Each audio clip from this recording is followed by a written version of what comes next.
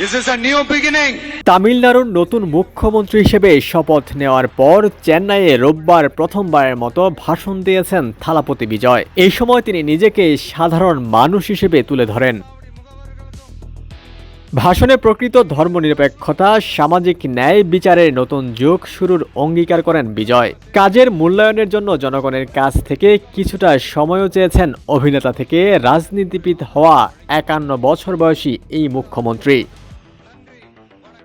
থালাপতি বিজয় বলেছেন, তার সরকারের সব নীতির জন্য তিনি নিজে দায়বদ্ধ থাকবেন। ক্ষমতার কেন্দ্র এমন বক্তব্যের মাধ্যমে জোট সঙ্গীদের হুকুম তামিল না করার দিকেও ইঙ্গিত দিয়েছেন বিজয়। মুখ্যমন্ত্রী হিসেবে শপথ নেওয়ায় বিজয়কে অভিনন্দন জানিয়েছেন ভারতের প্রধানমন্ত্রী নরেন্দ্র মোদী। মানুষের জীবনমান উন্নয়নে কেন্দ্রীয় সরকার রাজ্যের সঙ্গে মিলে কাজ করবে বলে তিনি আশ্বাস দিয়েছেন। বিজয় সরকারের নতুন মন্ত্রিসভায় টিবিকের বিশ্বস্ত নেতারাই প্রাধান্য পেয়েছেন। তবে রাহুল গান্ধীর কংগ্রেস থেকে কোনো নেতা এই মন্ত্রিসভায় জায়গা পাননি।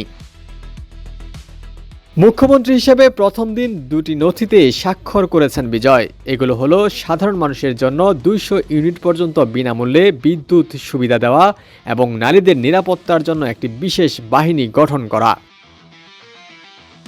বিজয় জানিয়েছেন, সরকারের পরবর্তী কাজগুলো শুরু করার আগে স্বচ্ছতা বজায় রাখতে তিনি রাজ্যের আর্থিক পরিস্থিতির উপর একটি শ্বেতপত্র প্রকাশের কথা ভাবছেন।